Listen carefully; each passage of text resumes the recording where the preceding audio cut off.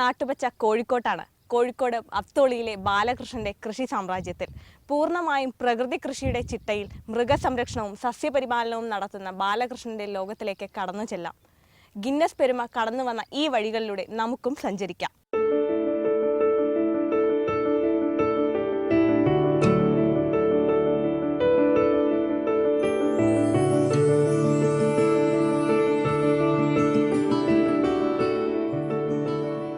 ഈ വീട്ടിലെ വീട്ടുകാരെ അറിയാത്തവരും വീട്ടിൽ വളർത്തുന്ന മാണിക്യത്തെ അറിയും. കോഴിക്കോടും കേരളവും കടന്ന് ലോകമെങ്ങും പ്രശസ്തിയെത്തിയ പശുവാണിത്. ലോകത്തിലെ ഏറ്റവും ചെറിയ പശു. മാണിക്യത്തിൽ ഒതുങ്ങുന്നതല്ല മാണിക്യത്തിന്റെ ഉടമ ബാലകൃഷ്ണന്റെയും കുടുംബത്തിന്റെയും കൃഷി ലോകത്തെ വിശേഷങ്ങൾ. മാണിക്യത്തെ അടുത്തറിഞ്ഞ ശേഷം മറ്റു വിശേഷങ്ങളിലേക്ക് കടക്കാം.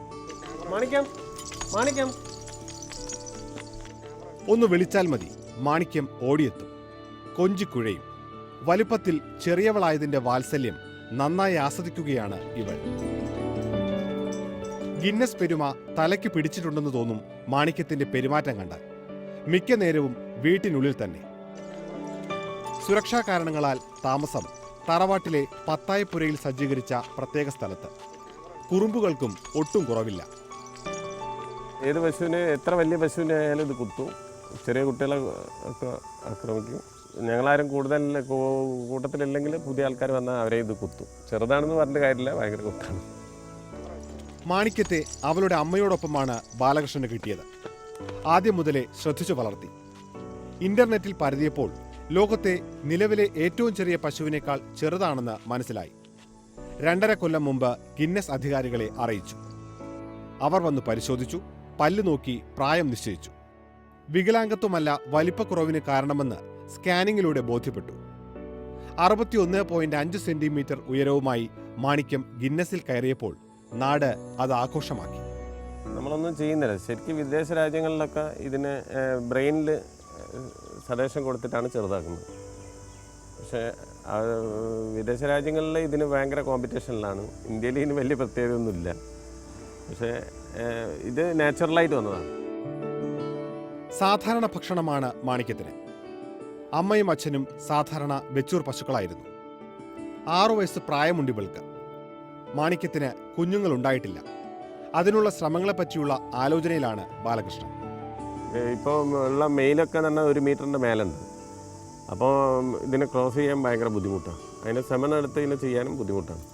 പക്ഷേങ്കിൽ ഇതേമാതിരി തന്നെ എൻ്റെ അടുത്തിപ്പോൾ ഒരു 2 വയസ്സ് 1.5 വയസ്സ് പ്രായമുള്ള ഒരു ബുള്ളുണ്ട്. ഞാനതിനെ ആ പ്രായപൂർത്തിയായാൽ ചെയ്യിക്കുന്നതാണ് വിചാരിക്കുന്നത്. ഗിന്നസ് തിളക്കം കടൽ കടന്നു വന്നപ്പോൾ മാധ്യമങ്ങൾക്ക് മാണിക്യം വാർത്താ താരമായി. നാട്ടിൽ മാത്രമല്ല മറുനാട്ടിൽ. Contacted Guinness World Records when a veterinary surgeon told them the cow was unusually short despite having no deformities. പക്ഷേ ഇവളിങ്ങനെ താരമായതിന്റെ പ്രശ്നങ്ങളുമുണ്ട്. മറ്റു പശുക്കളെ പോലെ അഴിച്ചുവിട്ട് വളർത്താൻ പേടിയാണ്. ഫാൻസ് തന്നെ പ്രശ്നം. പിന്നെ റോട്ടിൽ പോകുമ്പോൾ ആളുകൾ പിടിച്ച് ഫേസ്ബുക്കിലിടാൻ വേണ്ടിയിട്ട് ബലം പ്രയോഗിക്കുന്നതിനെ കൊണ്ട് ആണിപ്പോൾ ഇതിനെ കഴുത്തിൽ കയറ് വീണത്. അല്ലെങ്കിൽ ഫ്രീ ആയിട്ട് നടക്കലാണ്. നായിൻ്റെ പേര് എവിടെ നിന്ന് വിളിച്ചാലും അത് ഓടി വരും. യഥാർത്ഥത്തിൽ ബാലകൃഷ്ണന്റെ കാലിസമ്പത്തിലെ ഒരംഗം മാത്രമാണ് മാണിക്യം. 15 ഇനങ്ങളിലായി 50-ലധികം നാടൻ പശുക്കളാൽ സമ്പന്നനാണ് ബാലകൃഷ്ണൻ. ആ സമ്പത്തിലേക്ക് കടക്കാൻ ഈ തൊഴുത്തിൽ നിന്ന് ആരംഭിക്കണം. 125 കൊല്ലം പഴക്കമുള്ള തറവാട്ട് കെട്ടിടത്തിന്റെ മുറ്റത്ത് അത്ര തന്നെ പഴക്കമുള്ള തൊഴുത്ത്. പഴയ ശൈലിയിൽ പശുക്കളെ കണി കാണാൻ സൗകര്യത്തിന് പണിതത്. ഇതൊക്കെ ഒന്നും ചെയ്തില്ല. ഇതൊക്കെ തേക്ക് പ്ലാവ് കൊണ്ട് അന്നുണ്ടാക്കിയ യാതൊരു മെയിൻ്റെനൻസും ഇല്ല. അന്ന് ഓലയായിരുന്നു. ഇത് മാത്രം ഇപ്പം ഞാൻ ചെയ്തത്. ഇത് ഓടാക്കി. ഇത് ഓലയായിരുന്നു. മുള വെച്ച് കെട്ടിയിട്ട് ഇത് ഓലയായിരുന്നു. ഇത് മാത്രമേ ഞാൻ ചെയ്തത്. നാടൻ ഇനങ്ങളുടെ വലിപ്പക്കുറവിനനുസരിച്ചുള്ള അളവുകളിലാണ് തൊഴുത്ത് പണിതിരിക്കുന്നത്. പക്ഷെ ബാലകൃഷ്ണൻ നാടൻ ഇനങ്ങളുടെ സംരക്ഷകനാകുന്നത് 6 കൊല്ലം മുമ്പ് മാത്രമാണ്. സങ്കര ഇനം പശുക്കളെ വളർത്തി നഷ്ടത്തിലായപ്പോൾ എല്ലാം വച്ചവസാനിപ്പിച്ചതാണ് ഒരിക്കൽ. പശുവിനെയൊക്കെ ഒഴിവാക്കി ഇതിൽ കോഴിനെ വളർത്തിയിരുന്നു. അപ്പോൾ അങ്ങനെ കോഴിനെ വളർത്തിയപ്പോൾ ആളുകൾ ഇവിടെ വരുമ്പോൾ നീ ഇത്രയും നല്ലൊരു തൊഴുത്തിന് ഇങ്ങനെ കോഴിനെ വളർത്തി ഒരു പശുവിനെ വാങ്ങി കെട്ടുന്നത് അങ്ങനെ പറഞ്ഞ് ആൾക്കാർ ഇങ്ങനെ റിലേറ്റീവ്സൊക്കെ അങ്ങനെ പറയാൻ തുടങ്ങി. വീട്ടാവശ്യത്തിനുള്ള പാല് മാത്രം ലക്ഷ്യമിട്ട് ഒരു നാടൻ പശുവിനെ വാങ്ങിയതിലൂടെ തുടങ്ങിയതാണ് നാടൻ ജനുസുകൾക്കൊപ്പമുള്ള ഈ ജീവിതം. ആദ്യം കയ്യിൽ വന്നത് കാസർഗോഡ് ഇനത്തിലെ പശു. എൻ്റെ ഫസ്റ്റ് പശു ഇതാണ്. പക്ഷേ ഏറ്റവും നല്ല പശുവിനെ തന്നെയാണ് ഫസ്റ്റ് തന്നെ കിട്ടിയത്. അതിന് എനിക്ക് അറിയില്ലായിരുന്നു നോക്കാനൊന്നും. പക്ഷേ യാദൃശ്യമായിട്ട് ഏറ്റവും നല്ല തന്നെ കിട്ടിയത്. നല്ല ക്വാളിറ്റി ഉള്ള പശുവാണ്. 3.5 ലിറ്റർ പാലുണ്ട്. ഇത് 6 പ്രസവിച്ച പശുവാണ്. അതായത് 6 പ്രസവിച്ചാണ്. കൊമ്പിലൊന്നും ഇതിനെ കണ്ടാൽ പശുവിനെ വളർത്തലാൽ വന്നാൽ 2 പ്രസവിച്ചോന്നാണ് ചോദിക്കുക. ആദ്യം വന്നു കയറിയവൾ ഐശ്വര്യമുള്ളവളായിരുന്നു. പിന്നെ കേരളത്തിലെ നാടൻ പശുക്കളുടെ ഒരു പ്രധാന കേന്ദ്രമായി അത്തോളിയിലെ ഈ വീട് മാറുകയായിരുന്നു. പഴമയുടെ ചിഹ്നമായ ഈ കാളവണ്ടി സാക്ഷി. ഇത് പൊൻവാർ പശു. ഈ പൊൻവാർ നാടൻ പശുവിൽ പൊൻവാർ പശുവിന് മാത്രമാണ് ഇങ്ങനെ പാച്ചസിൻ്റെ ഡബിൾ കളറിൽ വരുന്നത്.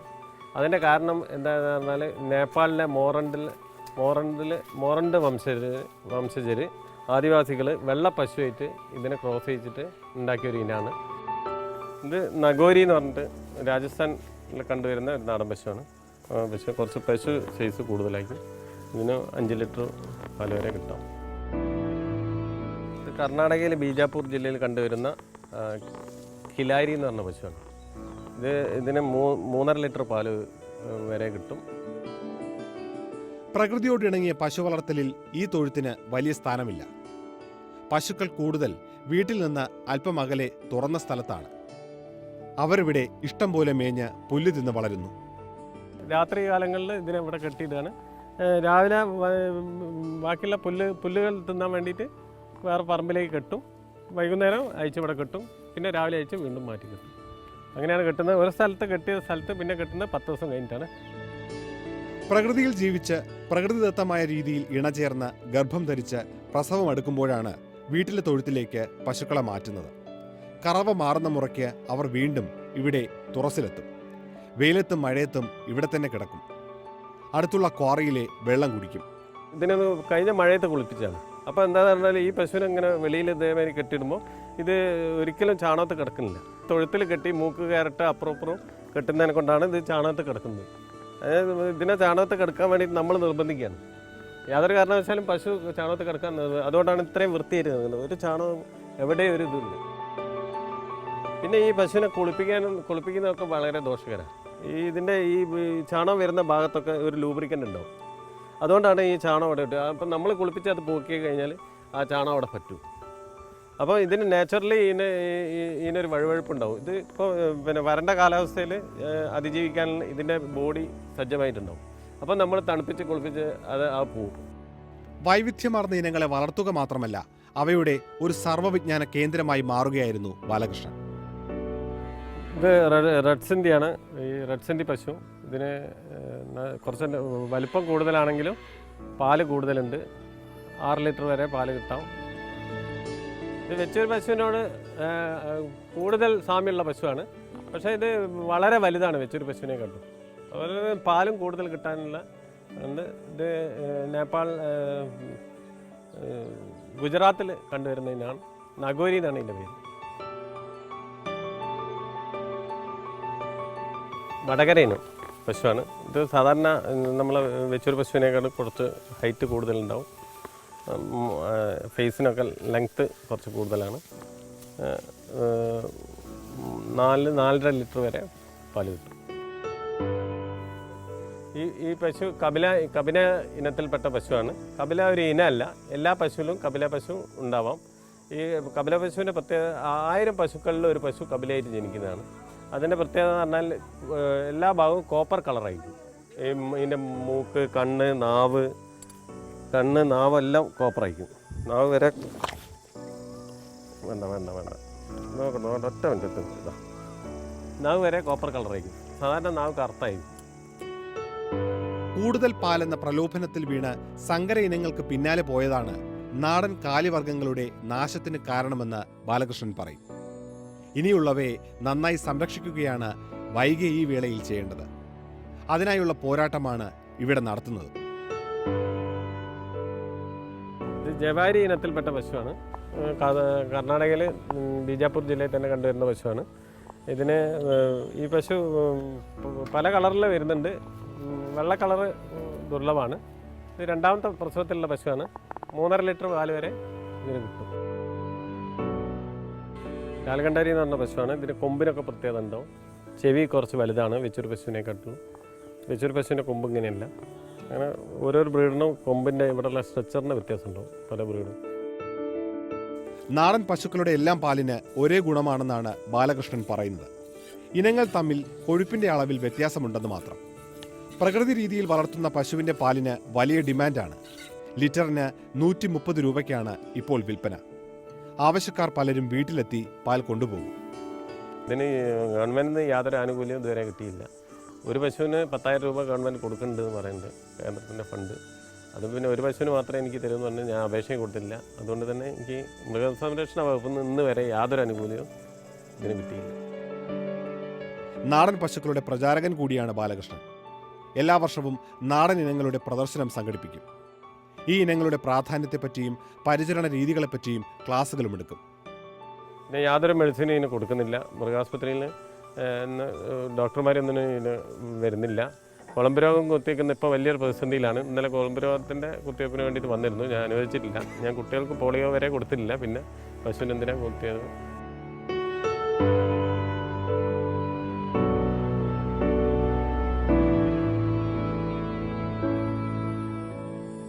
പ്രകൃതി കൃഷിയുടെ പാഠങ്ങൾ കഴിഞ്ഞിട്ടില്ല. ബാലകൃഷ്ണനോടൊപ്പമുള്ള യാത്ര തുടരാം ഇടവേള കഴിഞ്ഞ്.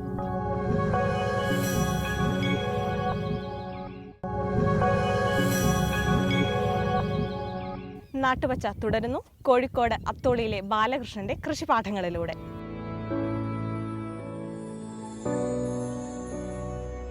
സുഭാഷ് പലേക്കറുടെ മാതൃക കൃഷിയിൽ പിന്തുടരുന്ന ബാലകൃഷ്ണന്റെ കൃഷിയിടത്തിന് വേണ്ട ജീവാമൃതമുണ്ടാക്കുന്നത് ഈ പശുക്കളുടെ ചാണകം കൊണ്ടാണ്. ബാലകൃഷ്ണന്റെ കൃഷിയിടം കാണാൻ സാക്ഷാൽ പലേക്കർ അത്തോളിയിൽ വന്നിരുന്നു. ഒരു നാടൻ പശു ഉണ്ടെങ്കിൽ 30 ഏക്കർ കൃഷിയിടത്തിന് അത് മതിയെന്നാണ് പലേക്കറുടെ കണക്ക്. അതുകൊണ്ട് ഒരു പശുവിനെ നിർത്തി മറ്റുള്ളവയെ മറ്റ് കർഷകർക്ക് നൽകാനാണ് പലേക്കർ ഉപദേശിച്ചത്. പശുക്കൾ പ്രാണനായ ബാലകൃഷ്ണന് അത് സമ്മതമല്ലായിരുന്നു. പക്ഷേ മറ്റ് കർഷകർക്കും ഈ പശുക്കളെ കൊണ്ട് പ്രയോജനമുണ്ടാകണമെന്ന കാര്യത്തിൽ സംശയമില്ല. അതിനായാണ് ഖരജീവാമൃതം നിർമ്മിക്കുന്നത്. 200 കിലോ ചാണകത്തിൽ 20 ലിറ്റർ ജീവാമൃതം ചേർത്ത് 3 ദിവസം വെയിൽ കൊള്ളാതെ സൂക്ഷിക്കും. ഖരജീവാമൃതം തയ്യാർ. അത് പൊടിച്ച് കവറിലാക്കി കിലോയ്ക്ക് 30 രൂപ നിരക്കിൽ വിൽക്കും. അതിൻ്റെ കൾച്ചറാണ് നമ്മൾ മണ്ണിലേക്ക് ഇട്ട് കൊടുക്കുമ്പോൾ മണ്ണുമായിട്ട് പെട്ടെന്ന് അത് സ്പ്രെഡ് ചെയ്ത് വെള്ളത്തോട് കൂടി, വെള്ളമായാലും പ്രശ്നമില്ല, വെള്ളത്തിലും അത് ഒഴുക്കി മണ്ണിലേക്ക് വിടാം. പിന്നെ അല്ലെങ്കിൽ ഡയറക്റ്റായിട്ട് മണ്ണിൽ കൊടുക്കുന്നതിനെ കൊണ്ട് ഒരു ഇത് കൂടിപ്പോയാലും കുറഞ്ഞു പോയാലും ഒന്നുമില്ല. വിൽപ്പനയ്ക്കല്ലാതെ ഒരു ഉൽപ്പന്നവും പശുക്കളിൽ നിന്ന് ബാലകൃഷ്ണൻ ഉൽപ്പാദിപ്പിക്കുന്നുണ്ട്. ഗോമൂത്രം വാറ്റിയെടുത്താണ് അതുണ്ടാക്കുന്നത്. വളരെ നല്ലതാണെന്ന് പറയുന്നുണ്ട്. ഇപ്പോൾ തെളിയിച്ച് വരുന്നേ ഉള്ളൂ. ഇപ്പോൾ എലികളിൽ ഗവേഷണം നടത്തി വിജയിച്ചിട്ടുണ്ട്. ഇനിയിപ്പോൾ മനുഷ്യനിലേക്ക് വരുന്നുണ്ട്. ക്യാൻസറിനൊക്കെ ഭയങ്കര ഗുണമുള്ള. പക്ഷേ നമ്മൾ അതുകൊണ്ടല്ല ഉപയോഗിക്കുന്നത്. നമ്മളത് ഒരു രോഗം വരുന്നതിന് മുന്നേ ഒരു പ്രിക്കോഷൻ എന്നുള്ള നിലയ്ക്ക് ഇപ്പോൾ രാവിലെ ഒരു 15 ml ഗോമൂത്രം വാറ്റിയതും ബാക്കി വെള്ളം ഒഴിച്ചിട്ട് ഒരു ഗ്ലാസ് കുടിച്ച് 1 മണിക്കൂർ ശേഷമാണ് സാധാരണ ഭക്ഷണം കഴിക്കുന്നത്. നാട്ടിലെ കൃഷിയും പ്രകൃതിയും നിലനിർത്താനുള്ള ശ്രമങ്ങളുടെ ഭാഗമായി അവയുടെ ക്രയവിക്രയങ്ങളിലും ഭാഗമാകുന്നു. പശു അറിവുകൾ പങ്കുവയ്ക്കുന്നതിൽ സന്തോഷമേ ഉള്ളൂ. നാടൻ പശുവിനെ വേണ്ടവർക്ക് ഞാൻ പശുവിനെ കൊടുക്കുന്നുണ്ട്. ഞാൻ ഇപ്പോൾ എൻ്റെ അടുത്ത് കൂടുതലുള്ള പശുവിനെ വിൽക്കുന്നുണ്ട്. അതുപോലെ എനിക്ക് പശു ദൂരെ നിന്നൊക്കെ വരുമ്പോൾ ഒരു പശുവിനെ കൊണ്ടുവരാണ്ട് 5 പശു വരും. അപ്പോൾ അതിൽ 4 പശുവിനെ ഞാൻ പുറത്ത് കൊടുക്കുന്നുണ്ട്. അത് ഞാനൊരു ബാർഗൈനിങ് ഒന്നുമില്ല. ഞാൻ പറയുന്ന പൈസയിൽ 100 രൂപ പോലും കുറയാതെ വാങ്ങിക്കൊണ്ടുപോകുന്നുണ്ട്. പശുവിനെ നമ്മൾ തീരെ ഒരു ബിസിനസ്സാക്കി മാറ്റുന്നില്ല. അതിന് പേശരുതെന്നാണ് ഞാൻ പറയുന്നത്. അതായത് ഞാൻ വാങ്ങുമ്പോൾ പശുവിന് പറയുന്ന പൈസ കൊടുക്കും. അതിൽ എനിക്ക് പറ്റാത്തതാണെങ്കിൽ ഞാൻ വേണ്ടാന്ന് പറയും. നാടൻ പശുക്കളെ പറ്റിയുള്ള പല തെറ്റായ ധാരണകളെയും തിരുത്താനും ഇദ്ദേഹം മുന്നിലുണ്ട്. വെച്ചൂർ പശുക്കളോടുള്ള അമിതമായ ആരാധനയോട് ഇദ്ദേഹത്തിന് എതിർപ്പാണ്. ആദ്യമായിട്ട് വാങ്ങുന്ന ഒരാൾ പശുവിനെ വാങ്ങുമ്പോൾ യാതൊരു കാരണവശാലും വെച്ചൂർ പശുവിനെ വാങ്ങാതിരിക്കുക. സാധാരണ ഇനം പശുവിന് 10, 20, 25 രൂപ ഉള്ളപ്പോൾ വെച്ചൂർ പശുവിന് 75, 1.5 ലക്ഷമാണ് അതിൻ്റെ വില. അതേ ഗുണം തന്നെയാണ് 20 രൂപേൻ്റെ കാസർഗോഡ് പശുവിൻ്റെ ചാണകത്തിൻ്റെ ഗുണവും എല്ലാം സെയിമാണ്. ഇനി ബാലകൃഷ്ണന്റെ കൃഷിയിടത്തിലേക്ക്. ഈ വെണ്ടച്ചെടികൾ കണ്ടാലറിയാം പ്രകൃതി കൃഷിയുടെ പുഷ്ടി. അതായത് നാച്ചുറലായിട്ട് പ്രകൃതിയിൽ എങ്ങനെയാണുള്ളത് അതുമാതിരി. അതായത് ഉഴുന്നില്ല, കൊത്തുന്നില്ല. അതുകൊണ്ടാണ് ഇത്രയും പുല്ല് നടക്കുന്നത്. ഇത് നെല്ല് കൊയ്ത സ്ഥലങ്ങളിൽ നെല്ലിൻ്റെ മരട് ഇങ്ങോട്ട് പറിച്ച് വെച്ചിട്ട് അതിൽ ചെറിയ വിത്ത് ഇട്ട് മാത്രമേ ചെയ്തിട്ടുള്ളൂ. ഈ ഇത്രയും സ്ഥലം ചെയ്യാൻ വേണ്ടിയിട്ട് ഇത് 500ഓളം മരട് വെണ്ടുണ്ട്. ഇത് ചെയ്യാൻ വേണ്ടിയിട്ട് 500 രൂപ മാത്രമേ ലേബർ വന്നുള്ളൂ. മണ്ണിനെ ഉപദ്രവിച്ച് കൃഷി ചെയ്യാൻ ബാലകൃഷ്ണനെ കിട്ടില്ല. ബീജാമൃതത്തിലിട്ട ശേഷം വിത്ത് നടും. ആഴ്ചയിൽ ഒരിക്കൽ ജീവാമൃതം മാത്രമാണ് വളർച്ചയ്ക്കായി നൽകുന്നത്. നട്ട് 40-ാം നാൾ മുതൽ പറിക്കാൻ തുടങ്ങാം. 2 മാസം വിളവെടുക്കാം. ദിവസവും 10 കിലോയ്ക്ക് മുകളിൽ വിളവ് കിട്ടും. വെണ്ടയ്ക്ക് നനയ്ക്കുന്നതിലും സ്വന്തം രീതിയാണ്. മഴ പെയ്യുന്ന മട്ടിൽ ജലസേചനം. അലാറം വെച്ച് കൃത്യസമയത്ത് തന്നെ നനയ്ക്കണം എന്നൊന്നുമില്ല. മുകളിലെ ടാങ്കിൽ നിന്ന് പൈപ്പ് വഴി വെള്ളം വരും. ശക്തിയായി ചീറ്റിച്ച് ചെടികൾക്കെത്തിക്കും. ഇത്രയും സ്ഥലം നനയ്ക്കണമെങ്കിൽ ഇപ്പോൾ ഒരു 10 മിനിറ്റ് മതി. ശരിക്കും ഇത് പിന്നെ ഒരു 3 ആൾ പൈപ്പ് പിടിച്ച് നനയ്ക്കുകയാണെങ്കിൽ ഒരു 3 ആൾ വേണം. പിന്നെ ടൈമും കൂടുതലെടുക്കും. അപ്പോൾ ഇത് വളരെ എളുപ്പമാണ്, എനിക്ക് മാത്രം ചെയ്യാം. വെണ്ടയായാലും പച്ചക്കറി ആയാലും കളപറിക്കൽ ഇവിടെയില്ല. ചെടികൾ മറ്റു ചെടികളുടെ സാമീപ്യം ആഗ്രഹിക്കുന്നു എന്നാണ് വിശ്വാസം. കളകൾ വളം മുഴുവൻ തിന്നു തീർക്കും എന്നത് അടിസ്ഥാനമില്ലാത്ത പറച്ചിലാണെന്നാണ് ബാലകൃഷ്ണന്റെ മതം. പച്ചക്കറിക്ക് പൊതയായിട്ടിട്ട് പുല്ലിൻ്റെ അവശിഷ്ടങ്ങളിൽ നിന്ന് വളച്ചു വന്ന നെല്ലാണിത്. ഇത് നമ്മൾ ഇവിടെ തന്നെ നിർത്തിയാണ്. ഇത് ശരിക്കും ഇത് കളയാണ്, പുല്ലുകളൊക്കെ ഉണ്ട്. പക്ഷേ നമ്മളെ മെയിൻ ക്രോപ്പ് ഇതാണ്. ഇതിന് വേണ്ടിയിട്ട് ഈ സൂര്യപ്രകാശത്തിന് വേണ്ടിയിട്ട് ഈ കളകൾ മത്സരിക്കാൻ പാടില്ല എന്ന് മാത്രമേ ഉള്ളൂ. അടിയിൽ ഈ കളകൾ വളർന്നാൽ ഇതിനൊരു പൊതയായിട്ട് ഫീൽ ചെയ്യും. പ്രകൃതി കൃഷിയുടെ വിളകൾക്ക് മറ്റുള്ളവയെക്കാളും പലയിരട്ടി വില കിട്ടും. ഈ വെണ്ട തന്നെ 1 കിലോയ്ക്ക് 90 രൂപയാണ് വില. കോഴിക്കോടുള്ള എലമെന്റ്സ് എന്ന സ്ഥാപനത്തിലേക്കാണ് ഇവിടുത്തെ വിളകളെല്ലാം നൽകുന്നത്. ഉൽപ്പന്നങ്ങളുടെ മൂല്യമറിയാവുന്നവർ ചോദിച്ചറിഞ്ഞ് വന്നു വാങ്ങും. നല്ല വില കിട്ടിയാൽ മാത്രമേ കർഷകന് നിലനിൽപ്പുണ്ടാകൂ എന്നും ബാലകൃഷ്ണൻ നമ്മെ പഠിപ്പിക്കുന്നു. നമ്മൾ ഉദ്ദേശിക്കുന്നത് എന്താ വെച്ചാൽ IT പ്രൊഫഷണലിനോടാണ് നമ്മൾ മുട്ടണം. അത് അല്ലാണ്ട് ഈ ഫീൽഡിലേക്ക് ആരും വരില്ല. അവർക്ക് 1-1.5 ലക്ഷം രൂപ ശമ്പളം കിട്ടുമ്പോൾ കർഷകന് ഇവിടെ 5,000 രൂപയ്ക്കാണ് ജീവിക്കുന്നത്. ആ രീതി വരാതെ നമ്മൾ 1.5 ലക്ഷത്തിലേക്ക് വരണമെങ്കിൽ ഇതേമാതിരി 5 രൂപയ്ക്ക് ഉള്ള വെണ്ട 90 രൂപയ്ക്ക് വെക്കുമ്പോൾ നമുക്കും ആ 1.5 ലക്ഷത്തിലേക്ക് വരാൻ പറ്റും. അല്ലാണ്ട് ഈ ഒരിക്കലും യാതൊരു കാരണവശാലും കർഷകൻ കൃഷിയിലേക്ക് വരില്ല. എൻ്റെ മോൻ തന്നെ ഇപ്പം പറയുന്നത് കൃഷിയിലേക്ക് അവന് ഭയങ്കര സ്പിരിറ്റാണ്. പക്ഷേ എങ്കിലും കൃഷിയിലേക്ക് വന്ന് എനിക്ക് കല്യാണം കഴിക്കാൻ പെണ്ണ് വരെ കിട്ടില്ല. വാഴകൃഷിയിൽ പ്രകൃതി കൃഷിയുടെ പ്രത്യേകതകൾ നടിയിൽ മുതൽ ആരംഭിക്കുന്നു. വാഴ നടാനായി ഉണ്ടാക്കുന്ന കുഴിയിൽ മാത്രം ചെടിയുടെ വളർച്ച നിന്നു പോകരുത്. വേരുകൾ അകലത്തേക്ക് പടർന്നാലേ വാഴയ്ക്ക് സ്വന്തം കാലിൽ നിൽക്കാൻ കഴിയും. ഈ ചെറിയ കുഴിയിൽ വെച്ച് കഴിഞ്ഞാൽ നമ്മൾ ആദ്യം 1 അടി വിട്ടിട്ട് ജീവാമൃതം കൊടുക്കും. പിന്നെ 2 അടി വിട്ട് അങ്ങനെ ദൂരോട്ട് ജീവാമൃതം കൊടുത്ത് ഫസ്റ്റ് വരുന്ന വേരിനെ തന്നെ ദൂരോട്ട് കൊണ്ടുപോവാണ്. അതുകൊണ്ട് വേര് നല്ല പിടുത്തായിരിക്കും. അതല്ലാതെ ഇതിന് വേറെ പ്രത്യേകത എന്ന് പറഞ്ഞാൽ ഇത്രയുള്ള ഇതൊരു 35 കിലോ 40 കിലോ ഉള്ള കൊലയാകും. ഇത് വിളവെടുക്കുമ്പോൾ ഇത് കായ് വണ്ണം വരുമ്പോൾ അത്രയും ആവും. അത്രയുള്ള ഒരു കൊലയ്ക്ക് കുത്തു കൊടുത്തില്ല എന്നുള്ളതാണ് പ്രത്യേകത. സാധാരണ ഒരു വാഴ ഇങ്ങനെ നാച്ചുറലായിട്ട് നിൽക്കില്ല. ഇതിന് നമ്മൾ കുത്തു കൊടുക്കേണ്ട ആവശ്യമില്ല. ഈ രീതിയിൽ കൃഷി ചെയ്യുമ്പോൾ വാഴ ഒന്നിന് 50 രൂപയെ ചെലവ് വരൂ. കുല വെട്ടുന്നതിനുമുണ്ട് പ്രത്യേകത. കുല വെട്ടിക്കഴിഞ്ഞാൽ വാഴ മുഴുവനായി നശിപ്പിക്കില്ല. വാഴ ശേഖരിച്ച ആഹാരത്തിന്റെ 70% മാത്രമേ കുലയിൽ നൽകുന്നുള്ളൂ. ബാക്കി 30% ചെടി തന്റെ കുഞ്ഞു ചെടികൾക്ക് നൽകും. 1 മാസമായിട്ടേ ഉള്ളൂ ഇതിൻ്റെ കൊല വെട്ടിയിട്ട്. അപ്പോൾ 1 മാസമായിട്ട് നമ്മൾ കൊല വെട്ടിയിട്ട് ഒരു കന്ന് വെച്ചിട്ട് ഇത്ര ടൈമിൽ ആവില്ല. അപ്പോൾ ഇത് കുറേ ഗ്രോത്ത് ഇതിൻ്റെ അമ്മേൻ്റെ കൂടെ തന്നെ കിട്ടി. ഇതിന് ഒരു 5 മാസം 6 മാസം മതി. അപ്പം നമുക്ക് 7 മാസം സാധാരണ ഒരു കൊല്ലം കൊണ്ടാണ് കൊല വെച്ചത്. അപ്പോൾ ഇതിന് നമുക്ക് 3 മാസം സേവ് ചെയ്യാൻ പറ്റും. പ്രകൃതി കൃഷി ഉൽപ്പന്നങ്ങൾ നഗരത്തിലെ എലമെന്റ്സ് മാർക്കറ്റിൽ എത്തിക്കുന്നതിനാണ് ഈ കാത്തുനിൽപ്പ്. നഗരത്തിലേക്കുള്ള ബസ്സിൽ അവ കൊടുത്തുവിടും. തൂക്കം പോലും നോക്കില്ല. അത്തരമൊരു വിശ്വാസത്തിന്റെ കണ്ണി വിപണിയുമായി നിലനിർത്തുന്നു. എലമെന്റ്സിലേക്ക് കൊടുക്കുന്നത് നമ്മൾ മുറിച്ചിട്ടാണ് 15 കിലോ വെച്ചിട്ട്. ആദ്യം 15 കിലോ മുറിക്കും. പിന്നെ 2 ദിവസം കഴിഞ്ഞാൽ തീരുന്നതനുസരിച്ച്. അപ്പോൾ അങ്ങനെ ഒരു ഗുണം കൂടി അവർക്കുണ്ട്. അവിടെ ഷോർട്ടിനനുസരിച്ച് ഇവിടുന്ന് മൂത്ത വെട്ടിയാൽ മതി. അപ്പോൾ അവരെ റെഗുലറായിട്ട് കൊല കൊടുക്കാറുണ്ട്. സംസ്ഥാന ജൈവ വൈവിധ്യ ബോർഡിന്റെ മികച്ച ജൈവ കർഷകനുള്ള ഇക്കൊല്ലത്തെ പുരസ്കാരം ബാലകൃഷ്ണനായിരുന്നു. കൃഷിക്കായി ഒഴിഞ്ഞുവച്ച ജീവിതത്തിനുള്ള അംഗീകാരം. വീട്ടിനു ചുറ്റും കാടിന്റെ മാതൃകയിൽ കൃഷി ഗംഭീരമായി മുന്നേറുന്നു. പല തട്ടുകളായി ഇവിടെ വളർന്നു നിൽക്കുന്നത് സാധാരണ പച്ചക്കറികൾ മാത്രമല്ല. അപൂർവ ഇനം പച്ചക്കറികളുടെ വിത്ത് സംരക്ഷിക്കുന്നതിനു കൂടി വേണ്ടിയാണ് ഈ തോട്ടം ഇങ്ങനെ ഒരുക്കിയിരിക്കുന്നത്. പയറിൻ്റെ തന്നെ പല പല ഇനങ്ങൾ ഇവിടെയുണ്ട്. വർഗ്ഗനാശം സംഭവിച്ചുകൊണ്ടിരിക്കുന്ന ഒരു പയറിനമാണിത്. നാരില്ല പയർ എന്ന് പറയും. ഇത് ഇപ്പോൾ പൂർണ്ണ വളർച്ച മൂപ്പെത്തിയതാണ്.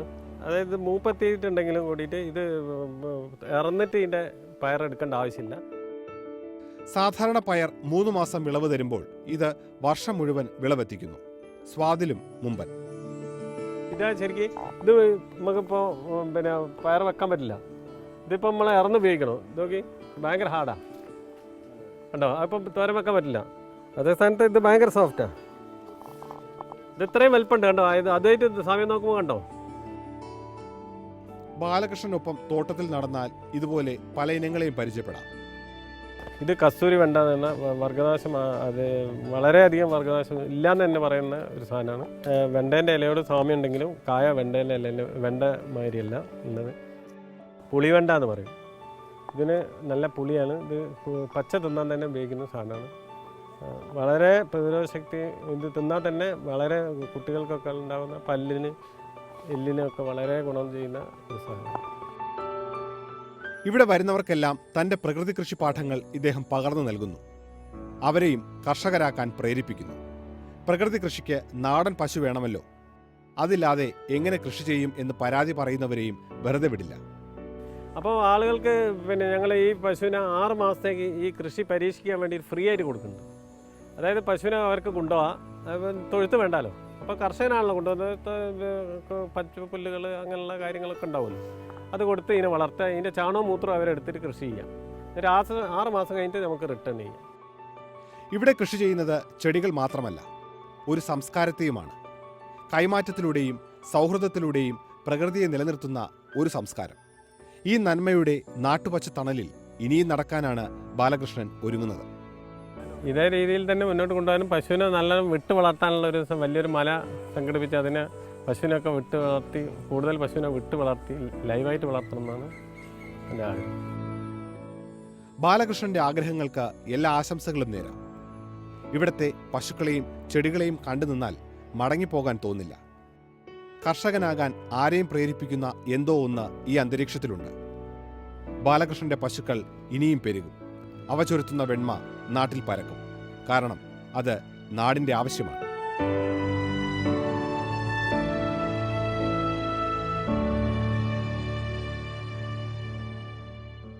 ബാലകൃഷ്ണനുമായി വിശേഷങ്ങൾ പങ്കുവെക്കാനും സംശയങ്ങൾ ചോദിക്കുവാനും പ്രേക്ഷകർക്ക് അവസരമുണ്ട്.